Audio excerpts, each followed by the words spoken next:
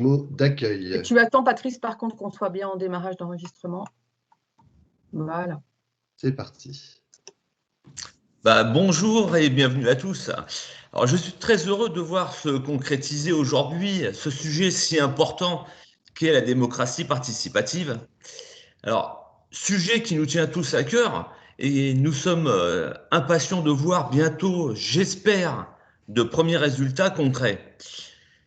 Je veux donc tous vous remercier, ceux qui vont participer à cette première partie, à la deuxième et bien sûr les volontaires qui vont consacrer ensuite du temps à ce projet. Je remercie évidemment les 5 élus qui se sont mobilisés sur sa préparation dans un contexte rendu compliqué à cause de la Covid-19 et de ses conséquences sur les réunions en présentiel. Ils ont ma totale confiance pour mener ce projet à bien. Il y a Nathalie Terre qui est à la délégation environnement et transition écologique, dite été, Sandrine Murgadella en charge de la communication et de la démocratie participative, Adeline Bodin, contributrice à diverses commissions, dont la communication, les associations, chez Scope et été. Alice Moni de Croix, contributrice aussi sur plusieurs commissions, le patrimoine et été. Et Johan Lavial, contributeur lui aussi sur plusieurs thèmes, particulièrement le projet de la Plaine des Sports, les associations et la communication. Vous aurez le plaisir de les entendre, ils vont prendre la parole à tour de rôle. Et pour finir, je remercie aussi vivement votre animateur de ce matin, Olivier Schurberloir, à qui l'équipe a demandé son soutien et son accompagnement, avec déjà pour commencer l'organisation du lancement de ce projet et de la réunion de ce matin. Merci à tous et très bonne réunion. Olivier, je te redonne la parole. Merci beaucoup, Patrice. Merci à toi et puis à très bientôt. Je vois que nous avons Jean Valli à l'écran, très bien. Moi, je ne vois pas du tout. Je ne vois pas, moi, du tout. Mais... Et son épouse, tous les deux. Je ne vous voyais pas tous les deux, j'en voyais qu'un des deux. Il n'y a pas de problème. De toute façon, on va lancer des diapos. Donc, si ça ne vous dérange pas de rester en vignette à l'écran en bas, je ne vais pas vous demander de vous embêter avec... comment je m'en vais? Je vous propose sans tarder qu'on passe à cette présentation de diapos. Donc, je pense que Sandrine a lancé, juste pour nous mettre dans le bain, le nuage de mots. J'espère que vous l'avez tous à l'écran, qu'a donné le petit sondage Klaxoon. Donc, ça parle de lui-même. Hein. En général, les mots sont... La taille et la place plus ou moins centrale des mots est liée au nombre d'occurrences dans le sondage. Donc, visiblement, ensemble est revenu souvent. Ensemble, partage, construire, initiative, co-construction. Et puis, vous pouvez voir un peu partout à la périphérie tout un tas d'autres mots. Voilà, on a des choses qui relèvent plutôt des outils, de ce qu'on cherche à faire ensemble, et puis des choses qui ressemblent peut-être plus à l'esprit dans lequel on cherche à le faire, la sincérité, l'écoute, la solidarité. Voilà, il y a des mots qui sont tournés vers l'avenir, vers le futur. Voilà, je ne vais pas tous les lire. Ce qui est intéressant, c'est qu'on va les mélanger à ceux qui ont émergé du groupe qu'on a eu jeudi. Comme ça, à vue de nez, c'est assez cohérent, hein, mais ça donnera de la force au nuage et on verra encore plus ce qui est récurrent dans ces mots-clés. Voilà, en tout cas, on voit que derrière cette expression de démocratie participative, il y a plein de choses qui peuvent venir à l'esprit. C'est un petit peu le sens de la présentation qui vous est proposée maintenant, c'est de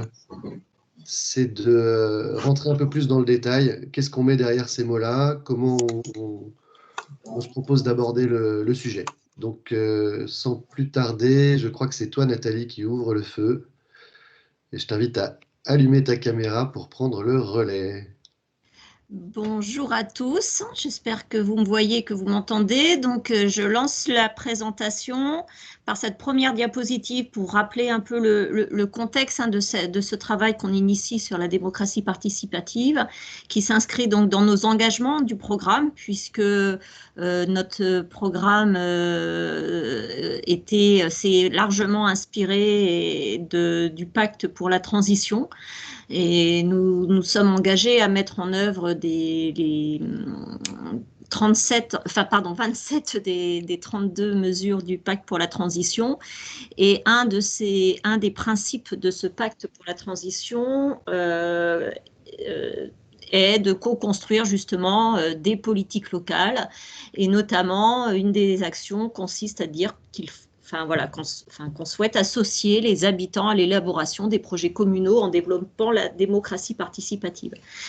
Donc là, on est dans notre première étape de cet engagement, et on a déjà mis en place quelques actions, puisque le premier point a été d'interroger l'ensemble des habitants sur leurs besoins en information et en communication.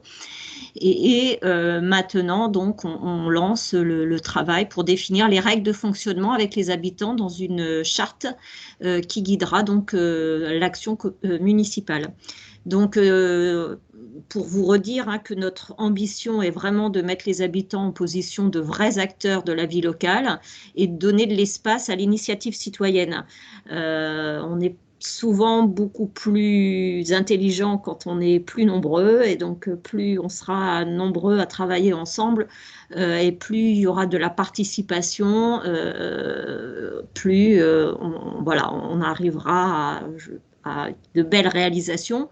Donc notre objectif est vraiment de voir un maximum d'habitants de Castelfortin devenir des participateurs. Merci Nathalie. Laisse donc la parole. Ouais.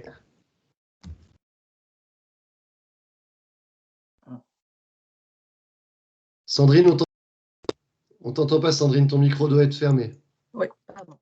Donc Sandrine Murgadella, j'espère que vous me voyez effectivement à l'écran.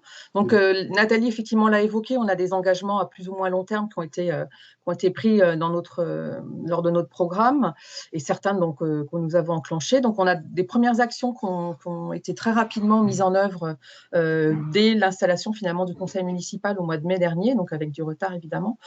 Le fonctionnement en délégation.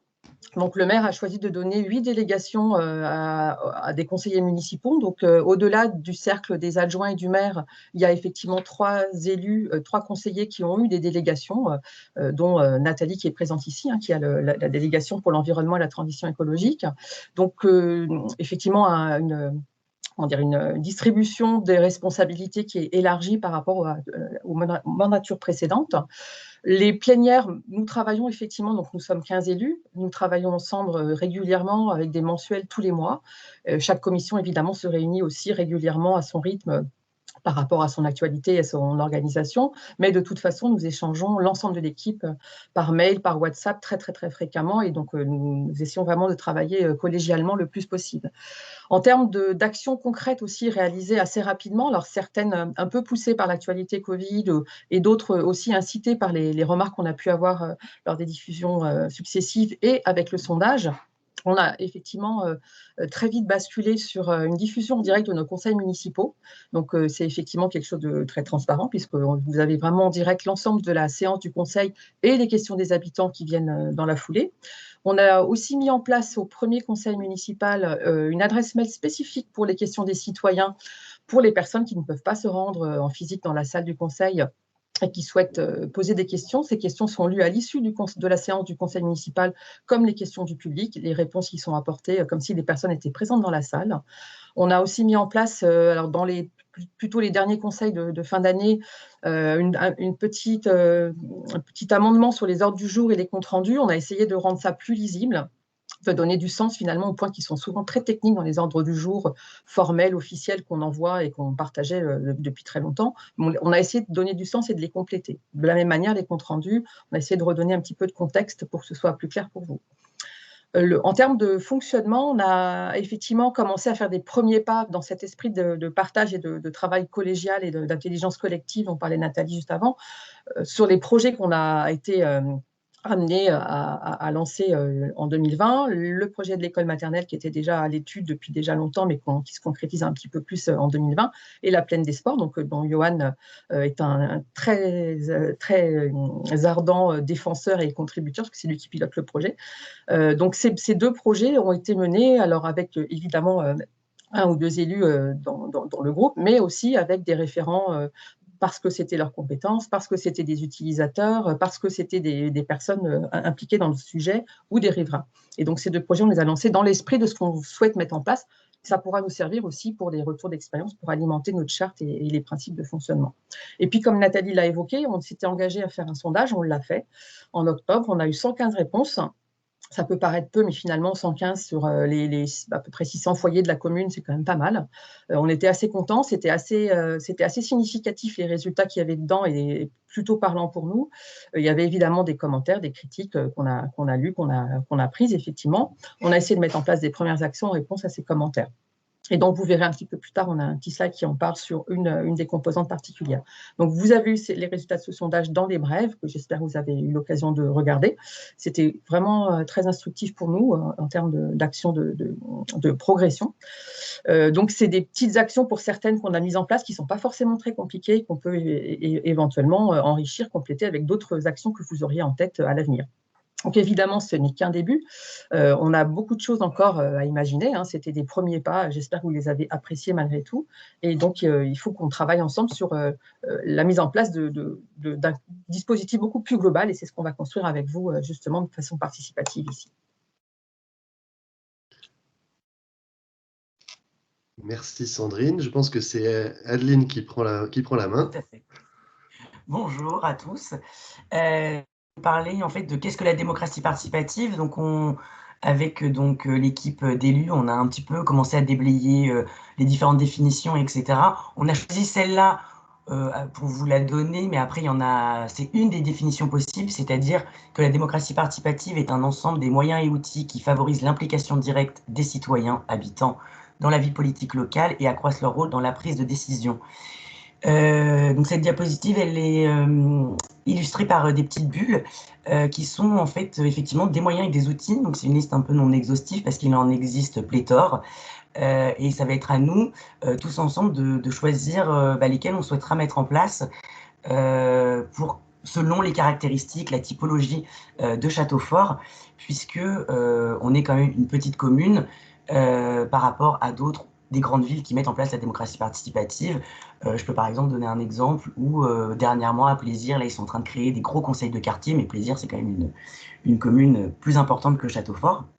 Et pendant aussi un peu notre travail, nous, de déblayage, si je puis dire, on a pu se rendre compte aussi que sur l'ancienne mandature municipale, il y a déjà des communes qui ont mis en place la démocratie participative et des documents existent avec des témoignages de retour sur expérience, sur la mise en place, le fonctionnement quotidien, parfois les limites que ça apporte, et voilà, et des petits vadémécum. Donc ça sera effectivement des documents, des liens qu'on vous transmettra par la suite. Et l'idée, c'est aussi nous qu'on s'enrichisse de ces retours d'expérience pour construire ensemble la charte et la démocratie participative à Châteaufort et pour qu'on se l'approprie et surtout qu'elle nous ressemble. Voilà. Oui, merci beaucoup, Adeline. Oui. Ah, voilà, Alice. Je me permets de prendre directement la parole après Adeline, puisqu'on a des thèmes, je pense, qui s'enchaînent assez bien. On a réfléchi, comme Adeline disait, à ce que pouvait vouloir dire la participation. Et en réalité, sur la base de l'information, on comprend que la participation, elle peut prendre plusieurs formes, avoir des natures complètement différentes. Le socle étant la pierre angulaire, ou même plutôt la pierre fondatrice de la participation, étant l'information, la communication, pour que chacun puisse travailler sur une base commune. À partir de cette information, eh bien, on peut voir plein de formes de participation. On parle de concertation, co-élaboration, consultation, coproduction. On peut imaginer plein de mots. Et en réalité, ce qu'on a identifié, c'est qu'il y avait d'abord plusieurs degrés d'implication. On peut parler de simple consultation quand on veut savoir si oui ou non quelque chose est bien, à une décision qui est soumise complètement à l'arbitrage des habitants. La participation peut intervenir à plusieurs stades d'un projet, qu'il s'agisse d'abord du principe du projet, de ses détails, ou alors de sa mise en œuvre depuis le début jusqu'à la fin. Ça peut concerner plusieurs types de projets, des petits ou des grandes ambitions, des petits ou des grands investissements. des projets qui sont sur un point donné, sur une journée, ou alors des projets beaucoup plus structurants pour la commune. Et enfin, l'initiative de la participation peut venir à la fois de la commune, et c'est ce qu'on imagine habituellement finalement, que l'action municipale, elle est avancée et animée essentiellement par le conseil municipal. Et en revanche, dans tout ce qui est démocratie participative, on cherche au contraire à redonner l'initiative à chacun d'entre nous, aux citoyens, aux élus, aux habitants, aux associations, etc. Sur tous ces modèles-là, il est essentiel de réfléchir ensemble à ce que l'on souhaite vraiment pour la démocratie participative à Châteaufort, quels sont nos objectifs et surtout quelles sont les valeurs qui vont être essentielles pour la faire fonctionner. Je pense qu'Olivier, je peux te laisser la parole pour élaborer plus sur ces éléments-là. Merci beaucoup, Alice. Mais avant tout, ce sera Sandrine qui va juste faire un petit détour par les outils qui ont été évoqués dans le sondage qui avait été fait au mois d'octobre. Oui, alors effectivement, le sondage, on en a parlé tout à l'heure, donc on n'a pas jugé utile de vous reprendre dans nos slides et dans notre présentation les résultats sur les autres thématiques, sur l'information et la communication. Par contre, on s'est dit que quand même un petit focus sur ce que vous aviez répondu sur les outils participatifs pouvait être intéressant. Donc effectivement, on avait proposé de vous questionner sur certains outils qu'on imaginait plus ou moins facile à mettre en place dans notre contexte à Châteaufort. On a eu donc des réponses qui sont assez intéressantes finalement quand on regarde ce graphe, parce que ce que vous voyez effectivement sur les barres vertes, c'est finalement quand vous trouvez ça utile, que vous souhaitiez y participer ou pas, que vous jugiez ça pertinent pour vous personnellement ou pas, vous avez quand même trouvé que c'était des choses qui étaient utiles, et donc vous voyez que les barres vertes sont globalement très présentes. Les endroits où ce n'est pas le cas, typiquement sur le groupe WhatsApp ou sur le forum d'échange avec le groupe Facebook, finalement c'est des cas où plutôt vous vous interrogiez sur le sens qu'on voulait y donner. Ça n'a pas forcément été compris, on n'avait pas pu dans le questionnaire détailler, expliciter un petit peu, et donc c'est des points qu'on pourra expliquer plus tard évidemment, mais en termes de barre orange, finalement c'était surtout de l'incompréhension par rapport à la question en tant que telle, que du fait que l'outil était en soi rejeté. On voit aussi qu'il y a effectivement au niveau du vote des habitants sur les deux parties totalement à droite, des différences entre le vote en séance ou le vote par voie dématérialisée, donc c'est des éléments qu'il faudra qu'on prenne en compte quand on fera des réflexions sur cette thématique-là. Donc là, les outils, c'était effectivement pour montrer qu'il y avait quand même de l'appétence des habitants et donc de tous ceux qui ont répondu. Donc la plupart d'entre vous, c'est le cas, effectivement. Donc l'appétence pour des outils participatifs. Évidemment, le travail qu'on va faire aujourd'hui et qu'on démarre aujourd'hui avec la charte et qu'on va faire dans les semaines ou les mois qui viennent, c'est d'abord de préciser nos objectifs et nos principes. Un outil en soi, ce n'est là que pour soutenir finalement l'effort de travail en commun et pas pour ce n'est pas une fin en soi. L'outil, il est vraiment là pour nous aider et nous accompagner. Donc les outils, c'est bien de savoir que vous êtes intéressés par ces types d'outils, ces types de fonctionnement, mais on y travaillera plus tard ensuite pour choisir les plus appropriés par rapport à nos objectifs commun et ce qu'on définira dans notre charte. Alors, merci Sandrine, tu viens de prononcer le mot-clé. Cette diapo-là, elle est pour moi. On en vient effectivement au sujet qui nous rassemble plus précisément pour la suite de cette réunion. C'est de commencer une réflexion sur cette charte. Alors, ça a beaucoup été dit, donc je vais pas m'étendre très longtemps, mais l'idée, en gros, vous l'avez compris, c'est de ne pas se précipiter sur la mise en place d'outils comme ça, un petit peu en désordre, un peu pour se faire plaisir, en ayant l'impression qu'on fait du participatif à tout crin. L'idée, c'est d'abord bien se poser et de savoir pourquoi on fait les choses et dans quel état d'esprit on veut les faire. Et donc, la fameuse charte dont on parle, son contenu, a priori, c'est surtout les réponses aux questions 1 et 2, bien évidemment avec une suite logique vers une mise en œuvre concrète avec les outils qui ont été développés ou présentés, dont on parlait Adeline et Alice et aussi Sandrine juste précédemment. Mais un choix effectivement pertinent, mesuré et bien articulé d'outils qui soient bien cohérents avec le sens qu'on veut donner à tout ça et l'état d'esprit dans lequel on souhaite le faire. Et ces deux choses-là, pour se mettre d'accord à plusieurs sur un pourquoi et sur un comment, si j'ose dire, même quand on est 2 ou 3, c'est déjà pas facile. Dans une famille entière, ça l'est encore moins. Et pour ce qui est de tout un village, c'est vraiment du boulot. Donc, c'est cette chose-là qu'on se propose de commencer avec vous aujourd'hui, qu'on a commencé jeudi. Donc, ça fait déjà 35 personnes mobilisées autour de ça pour une base de réflexion, pour la partager ensuite plus largement, l'affiner, et puis se diriger gentiment et en prenant le temps vers une charte qui rassemble le plus grand nombre. Voilà, je crois que j'en ai assez dit. Et pour terminer, je pense que Johan va mettre ça en perspective en termes de planning. Exactement, merci Olivier. Pour parler un peu du planning, de comment on veut mettre en place justement tout ce travail autour de notre charte afin de la construire, quand ça commence aujourd'hui, Olivier vient de vous le dire, avec ce premier travail de réflexion que l'on va mener ensemble, aujourd'hui et jeudi. Par la suite, il va y avoir un compte-rendu, bien sûr, de cette première réunion qui sera communiqué au plus grand nombre, avec également un sondage qui permettra à chacun de témoigner de ses centres d'intérêt, en tout cas de cette disponibilité pour savoir un peu comment chacun va pouvoir participer au fur et à mesure à la construction de cette charte. Cela va nous permettre de mettre en place un programme de travail. Un programme de travail qui aura pour but de mettre en avant du travail participatif, mais aussi des demandes d'idées, des demandes d'avis au fur et à mesure. Et dans tous les cas, il y aura en permanence une information régulière qui sera faite aux habitants. Encore une fois, le but, c'est que chacun puisse s'inscrire dans cette charte sans avoir à avoir imposé un planning strict. Chacun doit pouvoir participer à son bon vouloir et aussi en fonction de ses possibilités. Parce qu'on a tous un planning, on a tous pas mal de choses à gérer. Donc l'idée, voilà, c'est que chacun puisse s'y retrouver et puisse participer au fur et à mesure de la démarche. D'ailleurs, on peut voir que par la suite, nous ferons un nouvel appel à tous pour co-construire, justement, faire une grosse consultation en avril pour essayer de remettre aussi un maximum de monde dedans et de continuer à prendre les avis du plus grand nombre. Et puis cet été, on arrivera enfin sur une phase d'information, consultation, mais finale, qui aura pour le but de finaliser les derniers traits de cette charte, en essayant encore une fois de communiquer, d'inclure le plus grand nombre, puisque c'est bien le sens et le principe de notre démarche. Et bien sûr, le plus important par la suite, à partir de septembre, ça sera la mise en place, la mise en application de cette charte, de façon à ce que ça devienne quelque chose de transverse à notre travail au sein de la commune et à notre travail collectif. Et donc, qui dit collectif, l'idée, ça serait de pouvoir lancer cette charte de la meilleure des manières avec une belle réunion publique. Si les circonstances ne le permettent toujours pas, on s'adaptera, on trouvera encore des moyens comme on le fait aujourd'hui. Mais en tout cas, voilà, dès septembre, pouvoir mettre en place cette charte et pouvoir fonctionner dans Châteaufort de cette manière.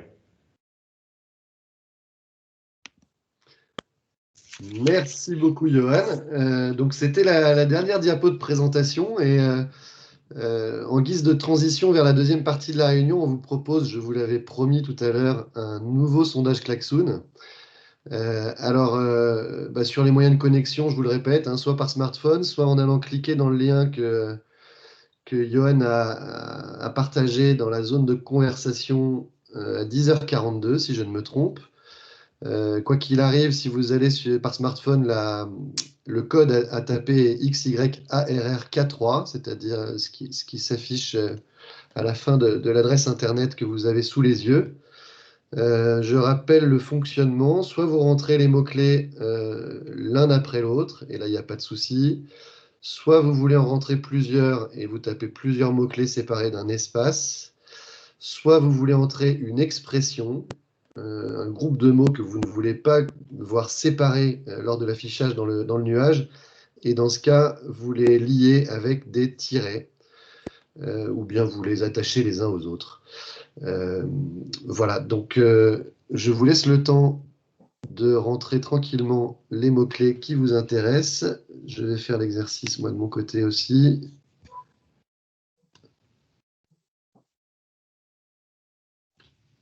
Et cette fois-ci, Sandrine n'aura pas le temps d'un discours ou d'une petite introduction de Patrice pour préparer le nuage. Donc, on se remettra en caméra et puis on se parlera un petit peu en attendant. Non, mais ça va assez vite, en fait.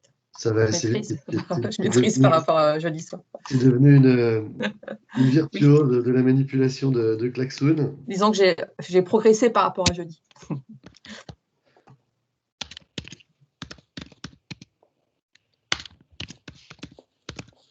Et donc la question, je ne l'ai pas lue, mais vous l'avez vue vous-même, je la répète, c'est quel est votre état d'esprit maintenant, en un mot, une fois entendu ce que vous venez d'entendre, et avant de vous lancer dans la participation à nos échanges qui vont démarrer dans 5 minutes à peu près. Voilà, pour ma part, c'est fait. Sandrine, je te laisse juger du timing au fur et à mesure, si tu vois arriver des mots encore ou pas. Bah là, on passe à 21 idées, donc 22 là. Ouais. J'ai mon nuage qui bouge tout seul sous mes yeux, en fait. Donc 23. Je suis beaucoup moins stressé que jeudi parce qu'on est en avance sur le timing.